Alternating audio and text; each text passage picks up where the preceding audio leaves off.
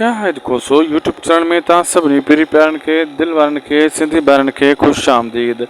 अॼु रिव्यू कंदासीं mega soap serial रियासत जा बहितरीन नवां जेका एपिसोड अचण वारा आहिनि उनजी कहानी छा थींदी सॼी अपडेट तव्हांखे ॾींदासीं हिन नंढिड़े वीडियो में। हिनखे आख़िर ताईं ॾिसंदा थी सघे त असां जिन यूट्यूब चैनल खे ज़रूरु सब्सक्राइब लाइक शेयर कंदा।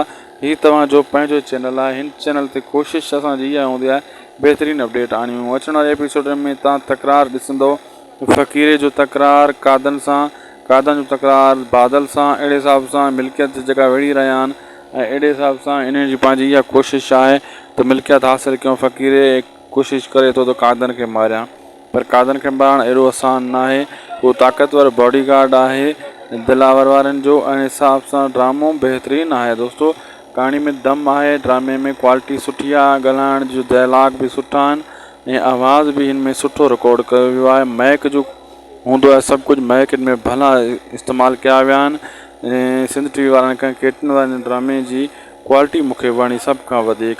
अगरि अपडेट सुठी लॻी त लाइक सब्सक्राइब शेयर ज़रूरु कंदा। शायद खोसो वक़्तु यूट्यूब चैनल खे मिलंदासीं तव्हां सां कंहिं ॿिए वीडियो में। तेसीं ताईं ॾींदा इजाज़त। अल्लाह हाफ़िज़।